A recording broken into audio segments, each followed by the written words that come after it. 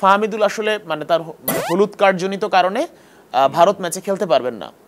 এখন Bharat match miss করার ফলে এখন ফেডারেশন চিন্তা করেছে যে তাকে শুধুমাত্র নেপাল ম্যাচের জন্য আনা উচিত হবে কিনা, মানে এটা তাদের ব্যাপার, চিন্তা করতেই পারে, আনতে পারতো। কিন্তু এখানে একটা ব্যাপার থাকে, আপনি যারা প্রবাসে থাকে মানে ফুটবলার যারা দেশের বাইরে থাকে তাদের টিকিটের খরচটা ফেডারেশনে দিতে হয়।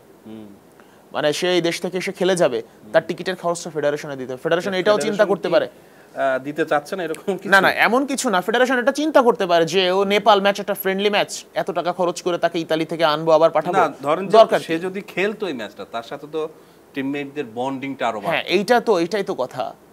আজকে ফাহমিদুল ধরেন যে নাকি এমন কিছু হয়েছে যে ফাহমিদুল নিজেই বলেছে আমি নেপালের এগেইনস্টে খেলবো না, এই ধরনের কোনো আমি দেখি নেপাল, কারণ ফাহমিদুলটা যখন কনফার্ম হয়েছে তখন আফগানিস্তান ম্যাচ ছিল, নেপাল ম্যাচ নিয়ে আলোচনাও নাই। মানে রাখে মানে ফেডারেশন রাখলে এবং ফেডারেশন যদি টিকিট খরচ দেয় খেলার জন্য ফাহমিদুল আসতে বাধ্য, ঠিক কিনা? এখানে তো নেয়া না নেয়া, খেলানো না খেলানো, এটা তো ফেডারেশনের উপর ডিপেন্ড করবে। আমরা অনেক ম্যাচে দেখি, অনেক মানে অ্যাওয়ে ম্যাচে দেখি লিওনেল মেসি ম্যাচে খেলতেছেন না, কিন্তু মানে টিমমেটদের সাপোর্ট দেওয়ার জন্য একদম বউ বাচ্চা নিয়ে চলে যান।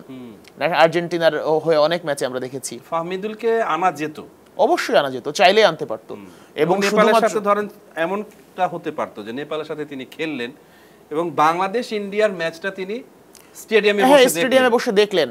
কারণ দেখেন যে আজকে যদি আমাদের ফাহমিদুল খেলে, ফাহমিদুল তো শুধু আজকের 1-2 ম্যাচের জন্য না, সেই টিমে লং সার্ভিস দেবে। লং সার্ভিস দেওয়ার জন্য তার টিমমেটদের সাথে নিয়মিত দেখা হওয়া উচিত, কথা হওয়া উচিত, কম্বিনেশন আরো বাড়বে। যে কয়টা ট্রেনিং সেশন পাবে তার লাইফে টিমের সাথে, প্রত্যেকটা ট্রেনিং সেশনে তার কম্বিনেশন বাড়বে। তো এই জায়গা থেকে আসলে ফাহমিদুল এক ম্যাচ খেলবে, এক ম্যাচ খেলার জন্য আমি যদি ফেডারেশনের দায়িত্বটা তোকে আনতাম, আমি আনতাম।